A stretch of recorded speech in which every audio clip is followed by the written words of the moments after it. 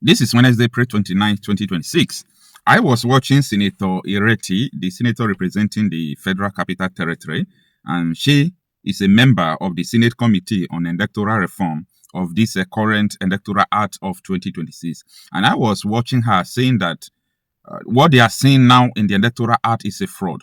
That was not in the original provision. In fact, this was her exact statement. The fraudulent provisions that permit ballot papers without INEC security features in the new Electoral Act were not in the original version. It is different. Now, this is what transpired when tax law, okay? When they amended the tax law and bring a new one, they forged it. People wanted to drag, Tinubu or Akpabio, and that was capable of impeaching Tinubu or impeaching Akpabio. Everybody just diluted it. It went away like that. Now, pay attention. I don't know how to pretend. I'm a kind of person that always deals with reality. I'm not the kind of person that continue to hope in the future you will never see, whereas the reality you are seeing today, you're unable to fight it.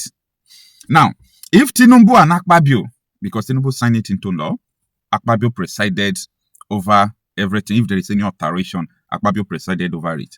So Tinubu and Akpabio literally forged Electoral Act to enable them to rig election. And everyone is hoping that 2027 will show them shege.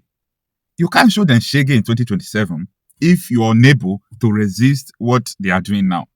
I mean, if you understand, I was watching Mr. Igini, one former INEC chairman on Arise News, when he was explaining this thing details by details. He said many INEC officers will be killed on election day because the law now permits them to accept any electoral form. So there is nothing like fake or original. Anybody can go and just look at how the INEC own is, go and print it.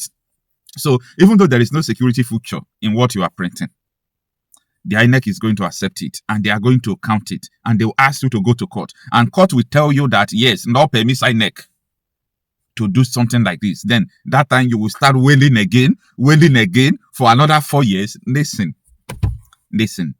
You see, what these people are doing, if Jonathan had done that in 2014, they will turn Nigeria upside down. Then they will turn Nigeria upside down. But look at who is now resisting, who is talking, who is going to walk to the House of Assembly and shut it down now, who is going to stop Tinubu now? Nobody.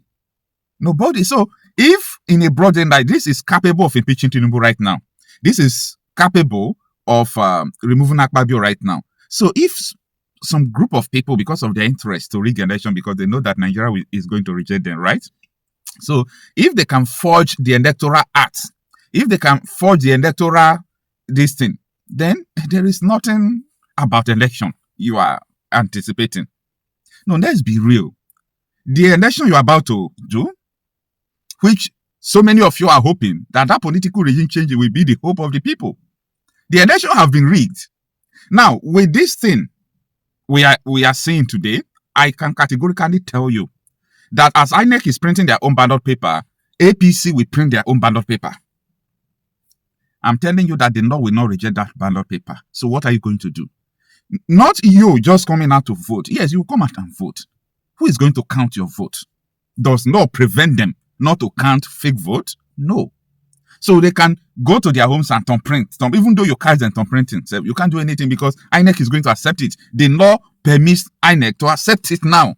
Then what are you going to do? Well, you see, God or nature have helped some people to arrive at a certain position that if they care about the people, they know what to do. You see all these political jimmies, what these people are doing, everybody just trying to form that he is better. You do not need to be there before you can cause a change. Anybody in opposition is a better chance to show that you are a good person, that you can rule the country. If you can't challenge a sitting president who forged an electoral act, if you can't challenge a Senate president who forged an electoral act, forget about the election. It's no, you people don't understand. I don't want to see people winning after 2027 election because I'm telling you this thing down. This is not to demoralize you. If, for example, you wanted to, do something different in 2027 election, this electoral act, by now, there will be fire on the mountain. I mean, the Senate altered Electoral Act for president to sign to enable the rig election against you. And everybody is just keeping quiet, hoping that you are coming to vote. You have already seen the problem coming, that your vote is not going to count. So fighting this alteration is now more important than election. But you know what? No matter who enters there in Aso Rock comes 2027, changes might be there, but that changes has nothing to do with conquering Nigeria, with all these terrorists taking over Nigeria. Yeah, that changes has nothing to do with this, because I am not seeing, neutral people who are not supporting terrorists in one particular party. So party is no longer an ideology.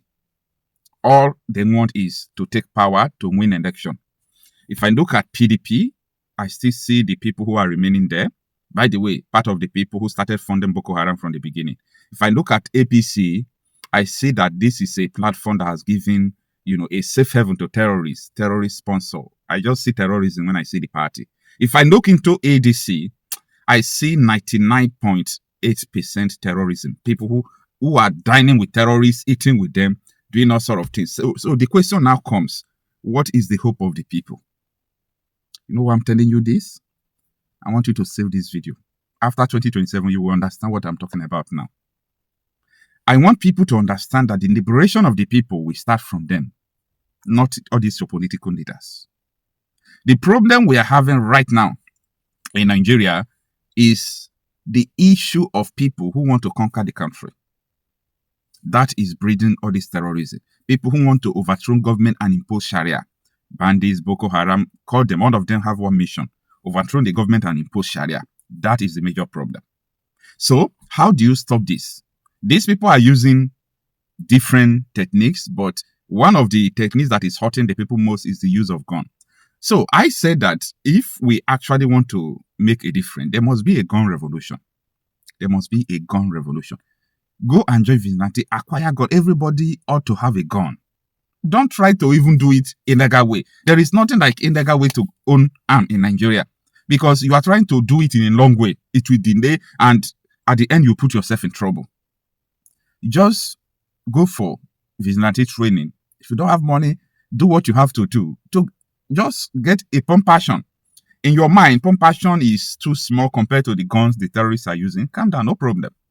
But you people have to be many in that community. You have to be 10, 20, 30, 100, if possible 200. And let the terrorists come and enter the community and see the difference.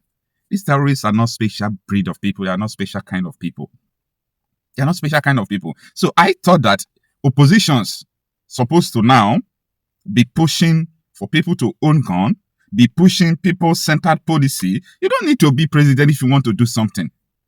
You don't need to be there for it, because once you are there, you will see more reasons not to do it. You will see more reasons not to do it. When Goodluck Jonathan was saying that, Boko Haram members are in my cabinet, and he never knew. He was not aware. He was not aware until he discovered lately that he was eating with Boko Haram members. And it wasn't his intention. So he was literally aiding Boko Haram unknowingly. Nigeria situation is complex and it's complicated. So what I'm trying to say is that if you wish to have a good election in 2027, for so many of you who believe that you will cause a political regime change and Nigeria will change, I wish you good luck. I wish you good luck, but I'm telling you that your hope is fake. As far as you are unable to confront someone who fraudulently altered Electoral Act to rig election, and they are doing it, you are folding your hands, hoping to go to the ballot. They are prepared. They have countered you. They have warned you. Anyway, it is what it is, Nigerians like to be emotional, to be confident on first something without basis. What is the basis of your confidence of 2027 when the Electoral Act has been altered?